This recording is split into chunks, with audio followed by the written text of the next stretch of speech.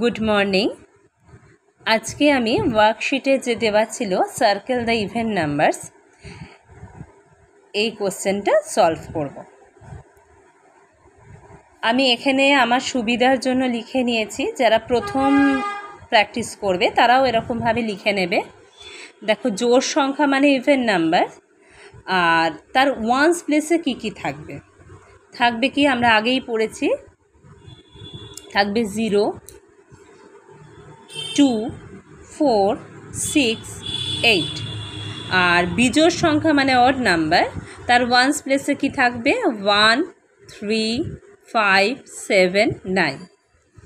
এবার আমি দেখব যে এই নাম্বারগুলোর ওয়ান্স প্লেসে কি আছে। ওয়ান্স প্লেসে আছে 6, তাহলে এটা হচ্ছে ইভেন নাম্বার। দেখো 6 আছে ইভেন নাম্বারে, আর এটা আমি সার্কেল করব। নেক্সট আছে ওয়ান্স প্লেসে 9। 9 তো ইভেন নাম্বারে নেই, অড নাম্বারে আছে, তাহলে এটা আমি সার্কেল করব না। এরপরে দেখো ওয়ান্স প্লেসে আছে 5।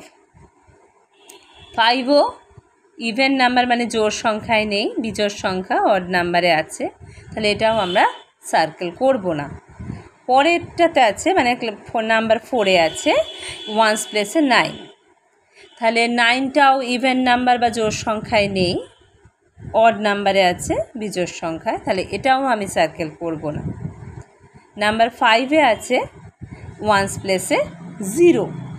0 কিন্তু আমি ইভেন নাম্বার বা জোড় সংখ্যায় আমি 0 পাচ্ছি, তাহলে এই নাম্বারটা হচ্ছে ইভেন নাম্বার, এটাকে তাই আমি সার্কেল করছি।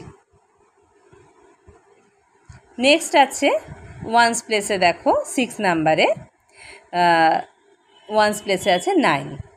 9টা ইভেন নাম্বার নয়, অড নাম্বারে আছে মানে জোড় সংখ্যা নয়, বিজোড়ে আছে, তাহলে আমি এটাও সার্কেল করব না।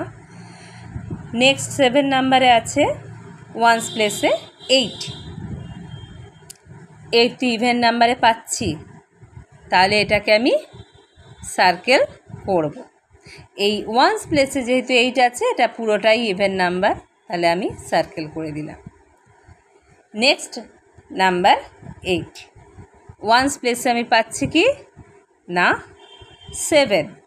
7 ইভেন নাম্বারে নেই, অড নাম্বারে আছে, তাই জন্য এটাও আমি সার্কেল করব না। এইভাবে আমরা ইভেন নাম্বার সহজেই চিনতে পারবো কোনটা ইভেন নাম্বার বা জোড় সংখ্যা। আর পরের ওয়ার্কশিটে আমি অড নাম্বার দেবো, তখন আমরা অড নাম্বারের ওয়ার্কশিটটা সলভ করব। আজ এই পর্যন্তই।